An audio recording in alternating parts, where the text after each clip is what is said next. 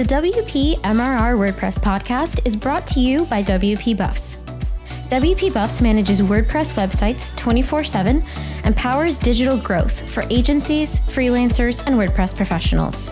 Join our white label program, and by next week, you could be offering 24/7 white label website support to your clients and passively growing your monthly recurring revenue.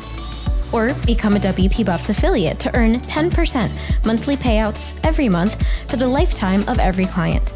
And finally, if you're looking to sell your WordPress business or website, check out the WP Buffs acquisition unit. Learn more about all three at WPBuffs.com.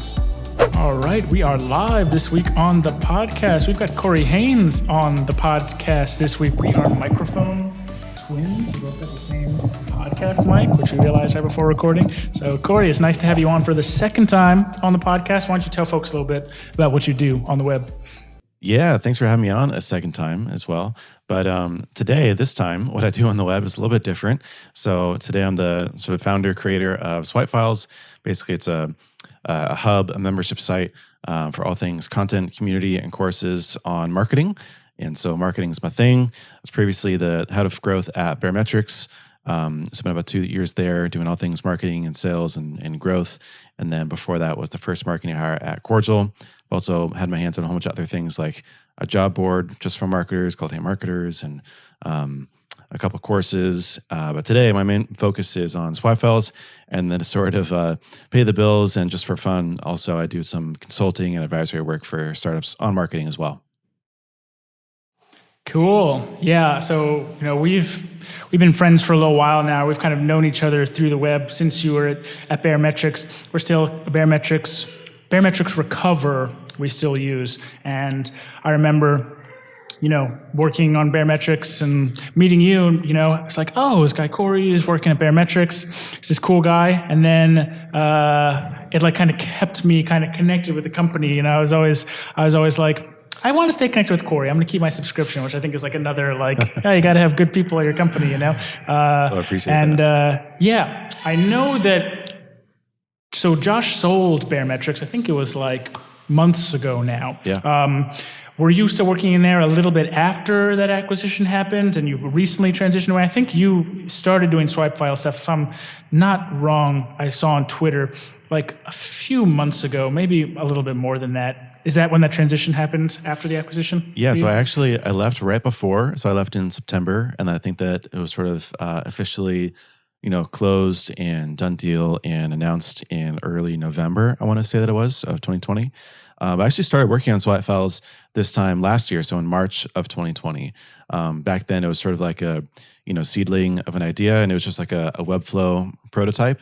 I sort of launched with these teardowns that I was doing. I was writing every week. It's commentary on the best ads and emails and landing pages that I was seeing.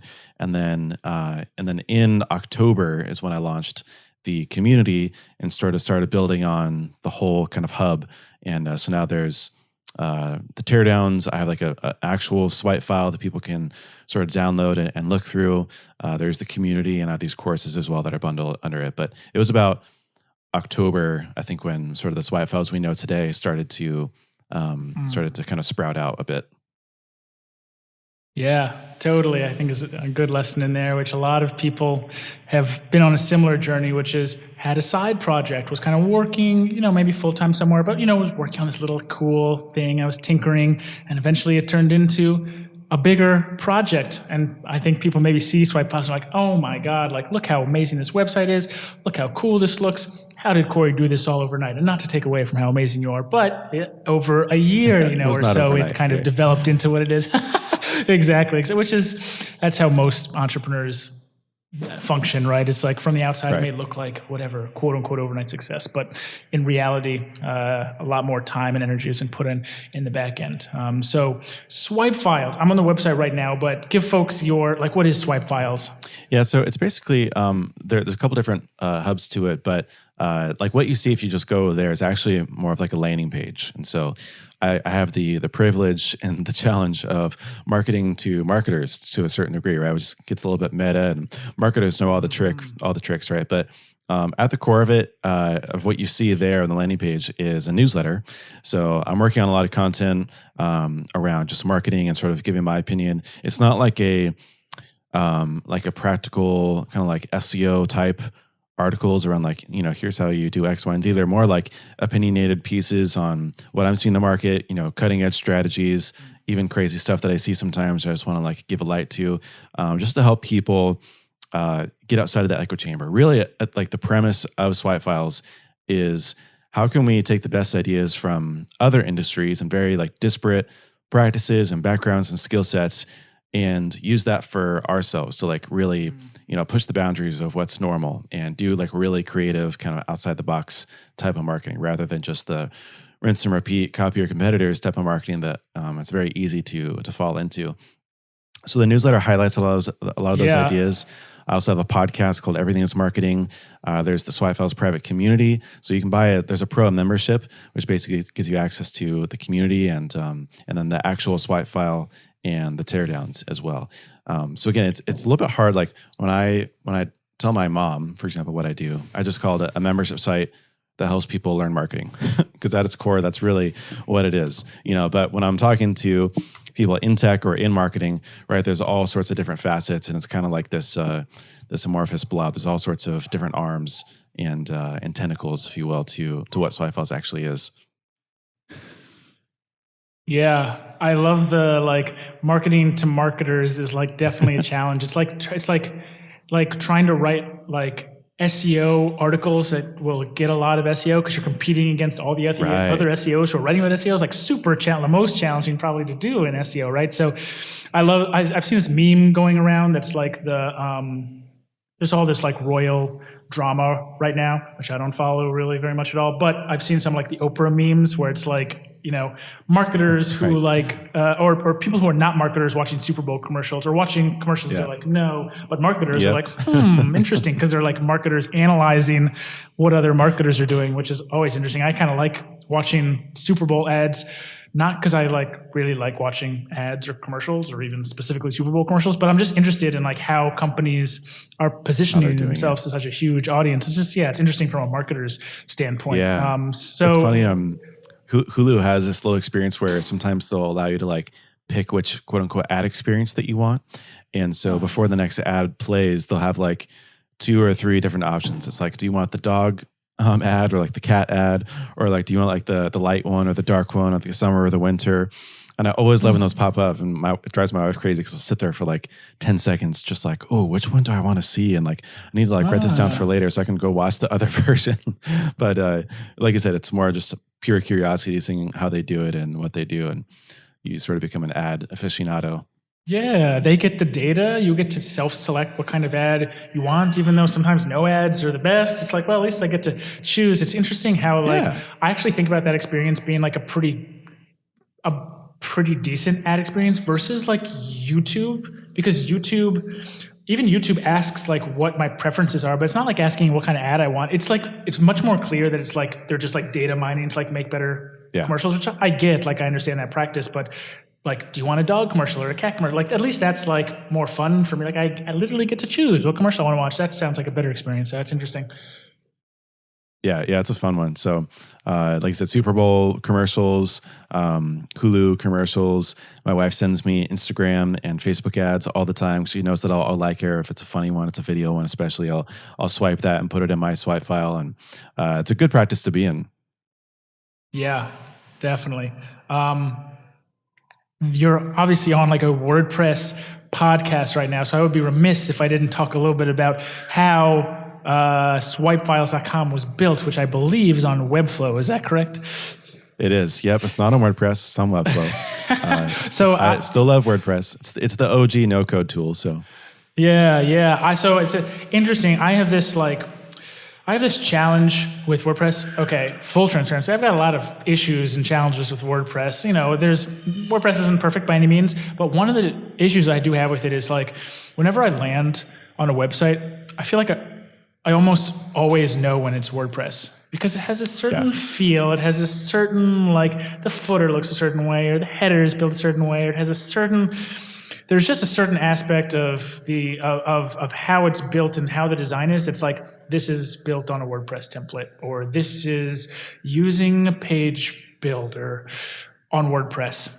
And a lot of times I don't like that experience because it doesn't feel novel. It doesn't feel innovative. It doesn't feel like a website maybe should look in 2021. So from a design aesthetic, like I land on this website and I'm like, doesn't feel like WordPress, like feels more modern. I know that's like a, whatever. It's like a, is your website beautiful? Like there's a lot of objective or a lot of subjectivity to that. But I like to think I have pretty good design taste. So when I land on this website, I'm like, whoa, this looks like really cool. I love the little circles of people who are already like joined, I guess, to your email list, like joined 4,642 plus other marketers right now. It has little pictures of them, your product hunt upvote, like the kind of rainbow imagery behind. It just seems very well designed. And I can kind of tell it's not a WordPress site. So that's, to me, like says something. But tell me about kind of the decision to go Webflow. And is this something like, do you have a lot of design experience? Did you have a lot of Webflow experience? Or was this kind of new for you as you were building out swipe files? You were just like, oh, Webflow is really easy. I should just like build out a dope website using it. Yeah. So I originally got set on Webflow because back in college, I was doing some like, basic web design, setting up websites for friends and local businesses and stuff like that. And I'd used WordPress a couple of times, but then I found that it was hard for sort of clients to maintain and to sort of customize. So I started working more with... That's WP Buffs was born, right? Exactly. Yeah. Which is amazing, right? You get to fill that gap and sort exactly. of and solve that need. But then I started working with Squarespace, and that was also good, but it was also a little bit too basic, and it has, I think, some of the same problems as like whenever there's a WordPress site or a Squarespace site that I go to, I immediately know that it's Squarespace. Which again, it's not a bad thing per se. It's just I sort of know because they're all based off of a certain set of templates usually. It's like that certain. And I really craved, a certain aesthetic, and then I really craved a lot more flexibility around the customization and the design and sort of, trying to push things outside of like the normal box a little bit. And here's the thing too, is that I'm not a designer. I had sort of done it just as like more of a marketing play of just like, let me get you a site. Like I know I can spin something up for you. I'm not like, let me like build you a brand guideline and like, build all these custom icons and a logo. It was just like, I can get you a site basically. And so started working with Webflow, first built a couple sites for people and then built my own site on there. And so by the time Swifell's idea kind of came around, I already knew that, Webflow was like what I was most comfortable with basically at the time. And so it was an easy decision just based off of my skill set. But I like it because it makes me feel like a designer, even though I'm not a designer. That's one of the big value props I feel like that just appeals to me is I'm like, I can have a dope site and feel good about it. And really, I have nothing to do with it because I'm sort of just, following directions. I'm experimenting. It's actually built off of a template. So I got to give a shout out to the panels template. I forget who built it now, but I sort of customized it from there. And it's allowed me to, feel and act like a designer without actually being one. I'm an imposter. Yeah. To me, that's like actually like sheds a lot of light on this whole situation because most people I think would go to your site would be like, Corey's a dope designer. Like, look at this site he put together. And you're like, not really. I just kind of like use this template and Webflow kind of did the rest for me. So to me, that's like, yeah, what better thing could you say about a tool than you could have like the coolest looking website, one of the coolest looking sites I've seen, and just, you didn't do much work then. You probably did less work than putting a WordPress website together. And forgive me, I don't exactly know how Webflow works. Did you like buy that template in like a store area, or is it like, do they have the templates as part of Webflow, and how does that work? Yeah, you have to buy it. They have a little marketplace, but basically I just bought it. I think it was like, $49 or $99 or something like that. And so I started with the template that allowed me to get up and running pretty quickly. And then I also sort of knew, like, I had this idea, like, oh, maybe Swifthouse could turn into more, later. But I'm just going to like, so I wanted to sort of give myself the optionality to allow it to expand into maybe more of like a membership site or a no-code site, or, do something outside the realm of just like a normal website. And so I knew that Webflow had those capabilities that have integrations with other tools like, MemberStack and Outseta and Zapier and sort of other email marketing tools and JetBoost actually. So when I built the job board for marketers, that was one of the other sites that I built on Webflow because I knew that there was like a tutorial out there on MakerPad for how to build one. So it's like, oh, I'll just build it on Webflow if there's already something out here that can teach me how to do it. And so I knew I could work with JetBoost, which I might need later for searching and filtering. And so at that point, I knew also just beyond the design and the template that I could make it work as like a no-code, membership site eventually if I wanted to, which I ended up doing. Yeah, this like no-code movement is really starting to gain a lot of momentum. I listen to a lot of indie hackers podcasts and like, Channing and Cortland over there. A lot of people, it's like, it's brought in this like, ability to like really put together a business, not having to be a developer, but you're able to do a lot of things that maybe 10 years ago, definitely 20 years ago, you would have needed to hire a developer or be a developer to put these together. Today, it's like sign up for Swipe Files, $49 for a template, put a little website copy together, and like, boom, you've got, a site put together. So, that's really cool. And the other thing I did want to for sure talk about was the community around Swipe Files. So here's the landing page, just, subscribe to the newsletter, but you've got a whole community running. I know that because I knew you had a community running, and I told my head of growth to go over and make sure he joined. So Alex, a member of the Swipe Files community. But tell us a little bit about that. I think it's built on Circle, and you've got a bunch of people in there probably doing all sorts of stuff. Yeah, so the community it's funny because that was actually a separate idea. Like I keep this big idea log in Notion, and now in Roam, it's all over the place, right? But just like I've always made a habit of writing down ideas and thoughts pop in my head just to like get it out. And so I had, one of my like top ideas was this sort of Swipe Files, curated examples and teardowns idea. And I had another idea. I was originally going to call it like the Marketing Assembly or the Marketing Society or something like that, because I was really craving a private marketing community where I could come together and it wouldn't be like a really noisy experience. And I could sort of like, I even thought about doing like a really small one. Like I'm just going to invite 10 kind of close friends in, and we're just going to have like Telegram chat or something like that. But then, so I launched Swipe Files with the teardowns and sort of like the, this curated library. And then people kind of kept asking like, oh, is like a way to like chat with other people, or like, do you have any sort of like community? And then that thought had kind of been brewing in my head of like, do I want to do this as a separate thing, or do I want to, add this on top? And then I sort of realized it's like, oh, this would actually work perfectly with sort of like the total offering and be like another thing that I can provide to members, and like keep sweetening the pot. You pay, $99 a year. And now instead of just teardowns, you also get the community. You also get, X, Y, and Z, and sort of I'm adding more and more onto that, into the offering over time. But I wanted to do it the right way. And I was actually really, really nervous because I had never, started or launched a community before. And a community is actually has a lot of the same dynamics as like a marketplace kind of site or business, where you have to fill the supply side and the demand side at the same time. And then like the community is interesting because you have to like then, make them commingle, where like everyone is sort of supply and demand side of posting and interacting. So I knew there was like this delicate thing that I needed to get right, to be able to like launch it so there wasn't just like crickets and everyone felt awkward, like it's completely silent, like I don't know who's here, what we talk about, but that it actually felt lively and engaging and people would feel welcome to come in. So it was just art, and I started with my newsletter, and I said, hey, I'm thinking about starting, or actually I didn't even say I was starting a community. I said, who is a part of a community, or who is not a part of a community who wants to be? And I had all sorts of people say, oh, I'm parts of, a few communities, but like, I don't really check in very often, or like they're too noisy, or they died, or, maybe like it's not really right for me. And then a whole bunch of people who said, I'm not part of anything and I would love to be, I've been looking for something. So I thought, oh, wow, this is actually like some, pretty good indicators that maybe there's something here. So then I emailed every single one. I think I probably had like 200 emails and DMs I was like going through at the same time, just trying to have a conversation around, well, what are you looking for? What's important to you?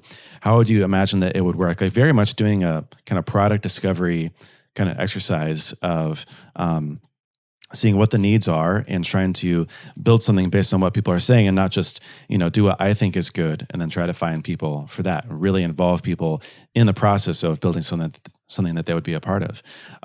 So after I sort of had a lot of those conversations, then I said, amazing, I think I'm going to start something. If I did, would you be interested? A whole bunch of people said yes. I invited about 10 to 20 like close friends in pretty early on and said, hey, like, can you post something? And just like, it was basically like very like scripted. It was like, can you ask a question? And then like, can you comment to all the other ones in there? Just like make it seem lively. And then like a couple days later, I basically just opened the floodgates and said, hey, there's a community. You're already a member, jump in. And then I announced to, Twitter and other places, hey, if you want to become a member, here's how you do so. Sign up here, join us. And then it was kind of just like this, I kickstarted the flywheel a bit, and now it's been rolling ever since. Yeah, that's cool. I really like that idea of inviting kind of close friends in first and getting it kickstarted, and almost like as kind of part of asking people for feedback. What would you like about a community? How would you foresee a great community being? Using some of that feedback, but when you really start, don't invite everybody. Only invite a few select people, and literally like DM them on Twitter or like email them like, hey, can you post something today? Thanks. Because everyone out of your 100 friends, maybe like 80 of them are like, they're decent friends, but you've got your like 20 core friends who are like, yo, do this for me. Sure, I'll do that. And those are the people you want to lean on. And so getting the community kind of rocking and rolling, even though it's still starting off small. So when other people come in, they see something that's already rocking and rolling, even though it's small. I think most people don't care about size. They care about value. They care about the engagement. And maybe some people want to be in like a group with like 100 or 1,000 people, but they see a Facebook group of like 50,000 people, are going to be overwhelmed to be like, this is going to be crazy. Like maybe that's too big for some people. So that's, you use it to your advantage, right? So cool. Yeah, that was part of my like core thesis was a lot of people said, well, the marketing communities that I'm a part of are usually free and they're noisy and they're spammy and I'm not a part of them. There's too many people here. And there is an interesting kind of dilemma with a lot of communities because the bigger they get, potentially the less valuable they get because they get more noisy or you feel less connected or there's more things going on. It's harder to jump in the conversation or to just feel like you're really a part of it, because it's a bigger group. And so I knew that sort of the core thesis was it was going to be private and it was going to be paid so that people were bought in and that they didn't have to feel like, it's going to be this big thing that kind of gets out of control. And I have plans, as we grow to sort of expand and give people like these smaller kind of water cooler experiences where maybe there's smaller groups or, masterminds or things like that. But it's been very important for me to like maintain that culture of it feeling small and engaged and tight knit. That way people actually, do engage and they still feel comfortable to be a part of it. Yeah, I love that idea of battling the big, noisy, free kind of. Their advantage is their scale, and it's like a numbers game sort of thing. Battle that by saying, let's go the other direction and kind of do the opposite. Opposite. We'll make it small, not like, we'll make it small by making it paid. So only, 100 people see it. Maybe only 10 will sign up, but those 10 will be power users. They paid, so they want to be involved. And so that's almost this automatic vetting process that makes your whole community better. The thing I want to learn more about is, it's a paid community. So people swipe their credit card to be part of, among other things, a community, swipe files, everything that you're working on over at Swipe Files. But they're expecting this paid premium experience. Are you the like community manager? Like, is it only you? Is there anybody else on your team helping out with like posting stuff on a day-to-day basis? Do you like captain certain members to like post on certain days? How do you feel like you create enough value for people within the community to make it a no-brainer that's like, of course I'll keep paying for this, this is an awesome community? Yeah, that's a good question. I'm definitely like the community manager, and we really haven't even gotten needed to get to a stage where, I have like, strict moderation or other things, that I'm doing to kind of like keep things under wraps because really I think the culture that's kind of grown out of it has been very asynchronous, and there's not very much like everything that's posted in there is like a high value conversation. And so it's not, you're never going to see like a, what are you doing today? Or like, asking a dumb question that could just be Googled, right? They're all like, hey, I'm looking to hire someone, or like, here's like a budget, how would you spend it? Or we do something called a Think Tank Thursday, where we feature a community member and we basically brainstorm how would we market your business or your product for you. So you kind of like crowdsource all these marketing ideas. I reach out and I connect with every single member personally, one-on-one. We do like these workshop series where right now we're actually starting with research. And so every week we kind of have like an expert within the field. This time it's research. Do like a curated workshop just for members. And so members can ask questions. We have AMAs. And to be honest, I mean, the bar is very low compared to other communities.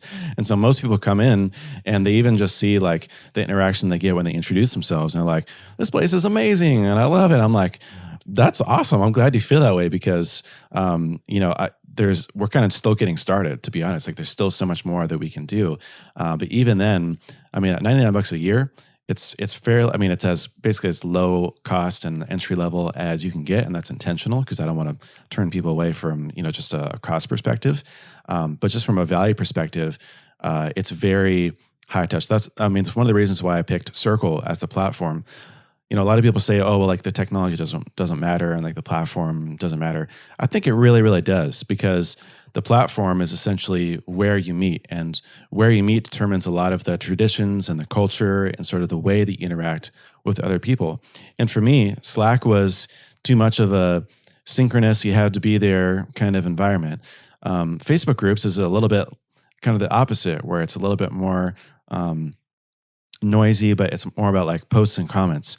And I felt like I didn't really have like a good way to do like an asynchronous conversation where anyone at any time could come in and add something to the conversation. And so Circle has a great kind of threading and a forum type style without it being like too much forum where it's just, very disconnected and it feels more like a bunch of different posts connected together. So I don't know if that makes sense, but basically I think that a combination of sort of the practices that we've been instilling in the platform, as well as the actual platform itself, have really helped to make sure that people are getting value out of it.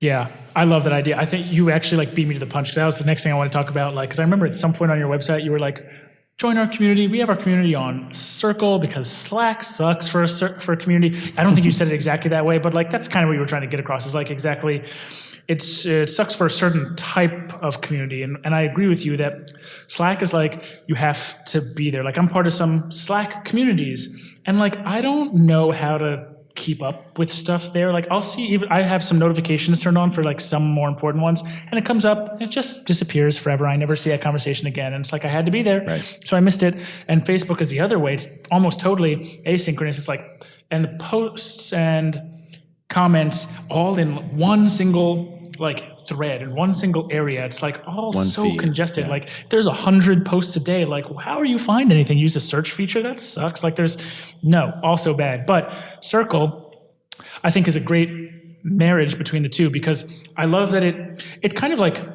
has similar UI and UX to Facebook, but like there's a nice left-handed bar where you can like have all sorts of different conversations going on and you can like literally go and join where you want to. I've been part of Circle communities where it's like, these are the free areas, but here, go and become a paid user to get access to this Right. AMA area or this teardown area. And hey, it's just $5 a month, or hey, maybe it's $100 a month, but you have to pay to be part of that. And that to me, like, makes the actual experience of being there in the community really powerful. The one thing I had a question, so yeah, full transparency, like WP MRR is I'm thinking about doing a Circle community for us. So I'm actually like picking your brain, like, What should I do? What shouldn't I do? The thing I have a challenge with, because I'm part of other Circle communities, is like, how do I get people coming back in and making it like a destination for themselves? Because that's the challenge of it being like not Facebook. Because like Facebook is like, people are already there. Slack is like, people are already there. Circle, it's like, it's this new domain. Like you have to go there to be part of it. So how do you strategize like getting people there regularly? Is it kind of a slow and steady burn and just kind of like improving over time? Are you using like email in conjunction with that? I think Circle sends out its own emails with like a recap of like what's happened that day. Do you send those out daily? Do you send those out weekly? How do you make your own community in itself a destination when that is the destination and it's not just people are already on Facebook or they're already on Slack? Yeah, I think that there's two parts of it. One is I think like the routines and traditions and kind of culture of the community itself. And so bringing people a reason to come back on certain days. So Mondays, for example, is kind of like our work in public day where I have like a weekly thread and I ask people basically they can post like, hey, what'd you work on last week? What's your plan for this week? Anything you learned, anything you need help with? Just so like, and people know that they can come on a Monday at least and just like post that and interact and sort of, and have a place, an outlet to do that. Wednesdays is a Wins Wednesday. Thursday, we do Think Tank Thursday, right? So there's kind of like these excuses for people to come back in and they know, oh, it's Thursday. I wonder like who we're featuring today, or I wonder, who we're featuring next week or the last 2 weeks. I'll go back and look through those.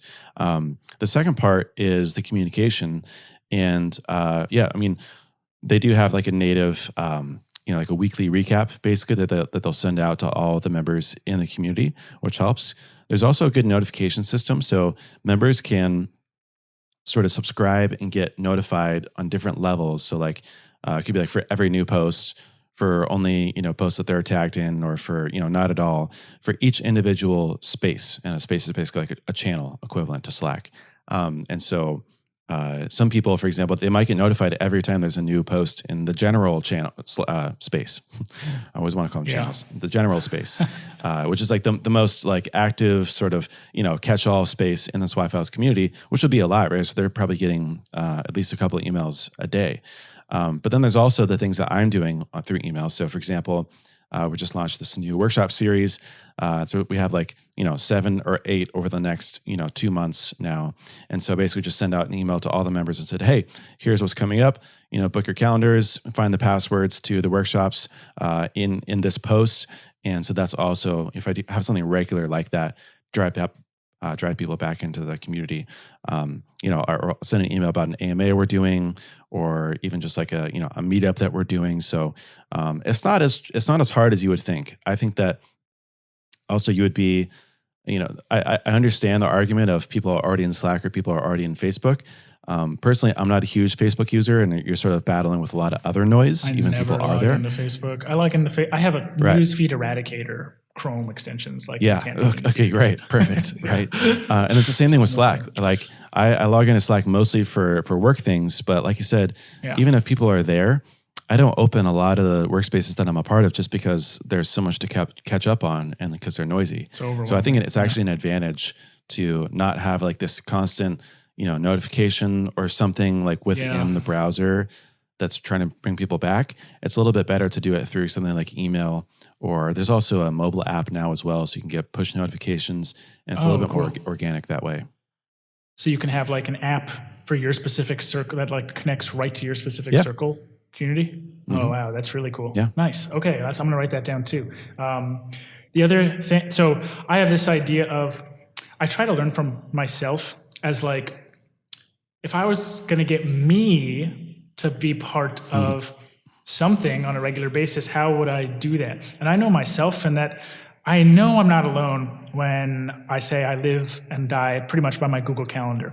Like, I'll miss a flight if I don't have it in my Google Calendar, So it's like, I need to have it all there, because that's literally, it's just like, I know what's happening on the day to day. So I have this strategy kind of in my head of like things I want to implement that's like calendar invites, just getting into people's Google Calendar, or giving them something to click on to add it to their calendar, so that, because I know a lot of people have like their built-in notifications, like, oh, I got a notification 10 minutes before we hopped on this podcast, right? What if I got a notification 10 minutes before the AMA you're throwing, Corey, or the teardown you're doing that I want to be part of, or hey, it's Monday, here's the link, like just right in the Google Calendar, right? 9 a.m., log in and feel free to join our Monday, what are you up to this week?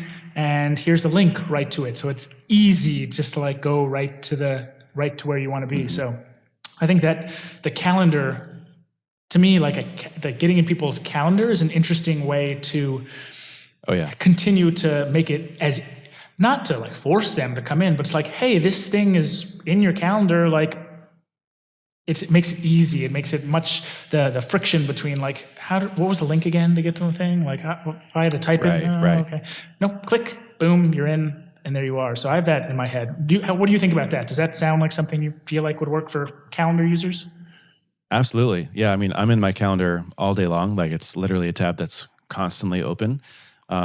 And something I'm spinning up for Swy Files right now. There's a couple of other communities I'm a part of. Like I just joined a writing group called Compound Writing, and they have like a calendar that you can sort of subscribe to, and then all their events are just there on the calendar. So then I just click yes to whichever ones I plan on going to, and it's there, right? I don't even have to like register. Same thing with I'm a part of the On Deck No Code Fellowship, and they do the exact same thing with a Google Calendar separate. That's basically you can toggle on and off within your own calendar. And that way, again, I know exactly what's happening. So they've created a separate calendar that you can subscribe to that has all the events there. Right. That's smart and easier because you don't have to send out a separate calendar invite every time. You just add it to the shared calendar, and then it pushes out to everybody. Okay. Exactly. Cool. Good strategy there. Nice. The other thing I did for sure want to touch on here is the podcast. You obviously have a podcast that I'm a big listener to. If people are on YouTube, they can see I'm already a subscriber of the show. I have a few questions about the podcast because Corey's also on Twitter. Corey, what's your Twitter handle? I forget. Is it just Corey Haines or is it? At Corey Haines Co.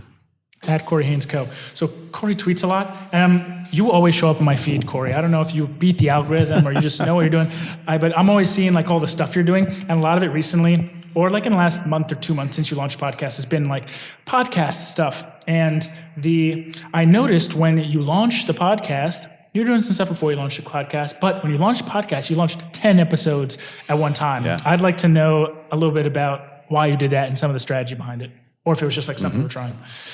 Yeah, so part of the strategy was, one, I think close to the premise of Swy Files, again, I wanted to have like a really diverse set of content and speakers and backgrounds and topics, just because that's what sort of Swy Files is about, is having like this really, getting outside of your echo chamber. I didn't want it. I feel like if I launched with 1 or 2 or 3 episodes, and maybe it wouldn't be clear, what the premise really was. Is this a B2B SaaS marketing podcast? Is this an e-commerce marketing podcast? Is this a email marketing podcast?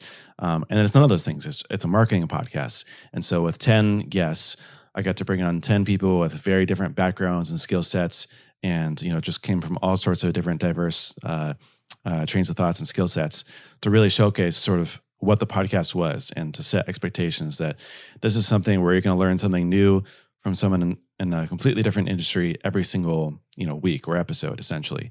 The other part of that was I figured that if I was going to have a chance to sort of climb the new and noteworthy ranks and like get featured by Apple, that I needed to like really pump up the downloads. And the easiest way to do that is with more episodes and just to like release more content, essentially. And so I asked for a bunch of reviews. I released all those episodes. I had a ginormous spike in downloads. I don't think that I made it in the new and noteworthy, which is totally fine. I don't know really how it works very much. Maybe it's not too late. Like maybe next week I'll get featured or something. That'd be awesome. But that was also my shot trying to make that work. I don't think that I really did, but it was still good nonetheless, because then there was all sorts of a whole feed for people to go through and download and consume to get the feel the premise of the podcast. Yeah, I remember when I launched this podcast, I did 3 episodes at one time because my editor was like, it'll give you a higher opportunity to be in whatever trending or category. I don't know. I was like, sure, okay, we'll record 3 episodes. Right. I didn't know much about it, but 10 is like the next level of that. And so I think that, who like exactly knows how the algorithm works, but I think like getting more downloads faster at a higher clip, like probably gives you a higher chance to be mentioned in something like that. So I'm totally down with that idea. And I think also in terms of setting expectations for the podcast, also what you said is right. It's just like, what is this podcast about? I can scroll through and check out all the guests, all the titles of all the podcasts. I actually don't even really read the descriptions very much unless the title is very interesting, me personally. But seeing like the title and like what the episode's about, okay, this gives me a good idea. These 10 episodes, I know what this podcast is about. So I know, hey, is this something I want to listen to on a regular basis? And it makes it easier for people to make the yes decision on that. Yeah. And plus we kind of live in this bingey society anywhere, right? It's like people want to binge stuff. So why not give them like, oh, I can just like...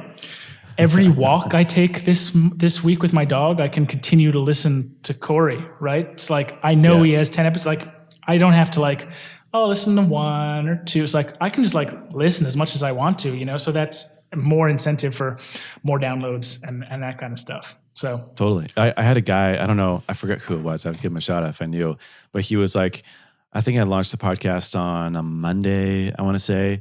And on a Thursday, he was like, it was that he DM'd me on Twitter at like, 11 o'clock at night. And he was like, I just listened to every single episode back to back today. I was like, whoa, that's crazy. Like, good for you. Man, I don't know if I could do that.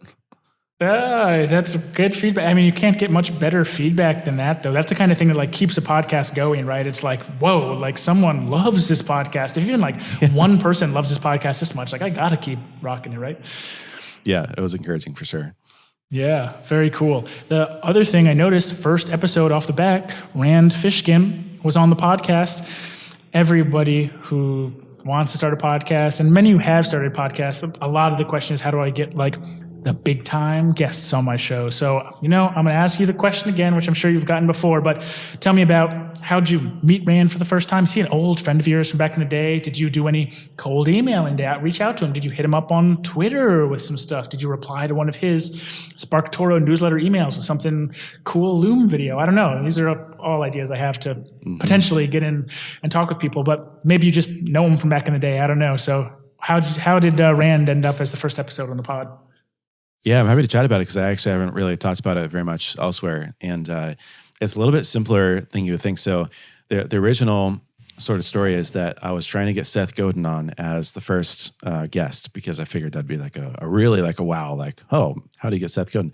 So Seth, I actually emailed Seth and he responded like within a few minutes and was like, hey, would love the premise. Like, it's a really fun podcast, but like I have a rule that I don't come on a podcast unless it's already done 50 episodes just because most podcasts don't make it sort of past that threshold. And I want to make sure that I'm, placing my time strategically. So I was like, amazing. I love it. I'll let you know when I'm at 50 and I'll have you on the show.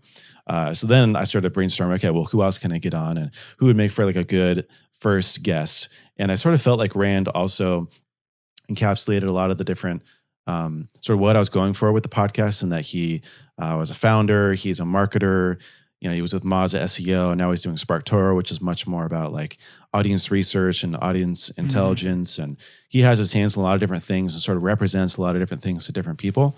So I liked that he sort of, and he has a journey numbers following, which helps. I mean, just being honest, like he's a well-known person, and it would be a great fit for number one.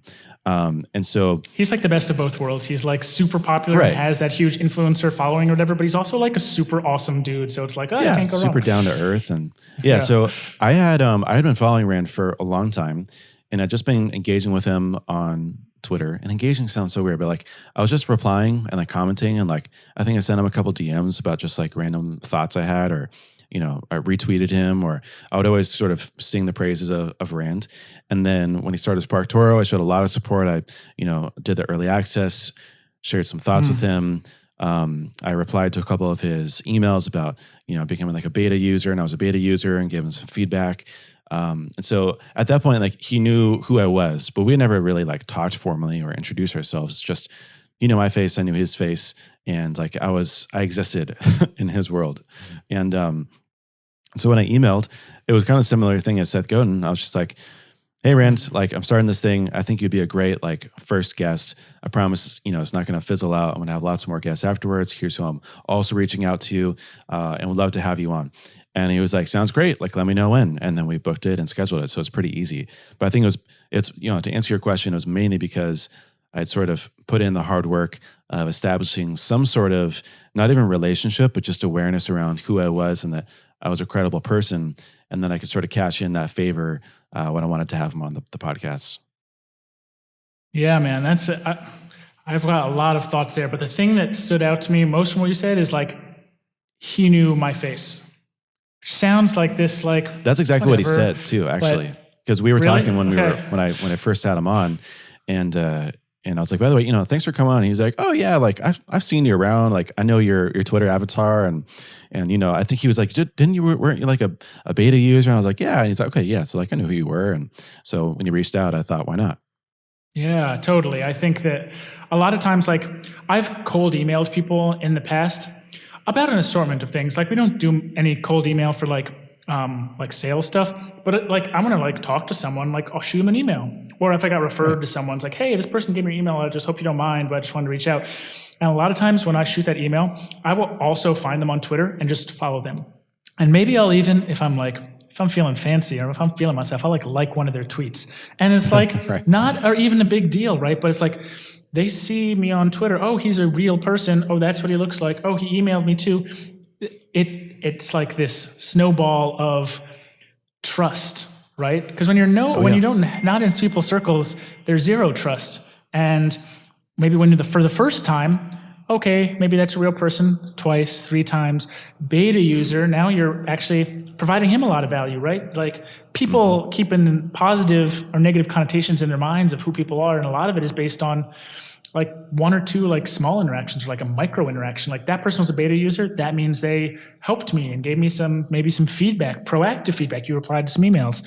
Okay, now Rand is like, yeah, this guy's not just like a real person, he's like a good person who is helpful for me. Right. And even if it wasn't this huge thing, like you were this multi-million-dollar investor in like his business or whatever, what people are looking for is that micro interaction, especially when what you want them to do is spend 45 minutes of their time on a podcast. It's like not the hugest ask in the world, right? So, but you need something, sort of foundation. And I really like that story because it told me about all the little micro interactions you had before that led to having someone really big on the first episode. And I think a lot of people can learn from that, myself included. Like if I want to have someone, like for people who I want to have on the podcast, I got to think like 3 months ahead or like 6 months ahead. Like what are they doing now? What project? How can I get involved in that? How do I, make sure I provide value by maybe I become a subscriber to their thing or a paid subscriber to their thing. Maybe I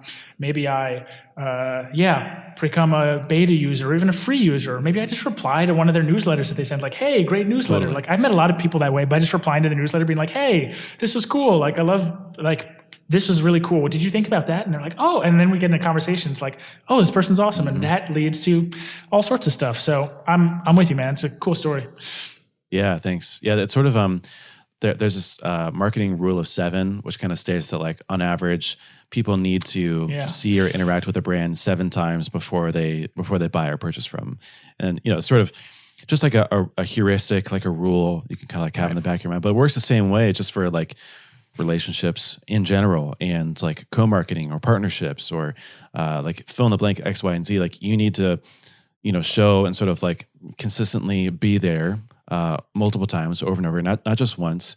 And you also need to do it within like not a short amount of time, but like you need to do it consistently. Because if someone like today, I get like a few followers every day, and like most of the time I don't really see them. But then, like I said, if they like one of my tweets or if they comment, or if I see that they just subscribed to my newsletter or if they popped up as a member on Swipe Files, like then I'm like, oh, this person's really sort of like engaging with me. I remember them. I know who they are. I remember their name. I'm looking into them. I'm doing research, and so I've tried to make it was sort of like just an organic, like accidental thing. But a couple years ago, I decided like, when I was first on Twitter, I'm not going to try to like tweet a bunch and like, I'm just going to like interact a bunch. And so I followed a bunch of people. I would always and like giving away a like is completely for free, right? But to that person, it's important. It's some sort of engagement. And then my face pops up on there. I will comment, ask questions, DM, retweet, ask if I can help with people.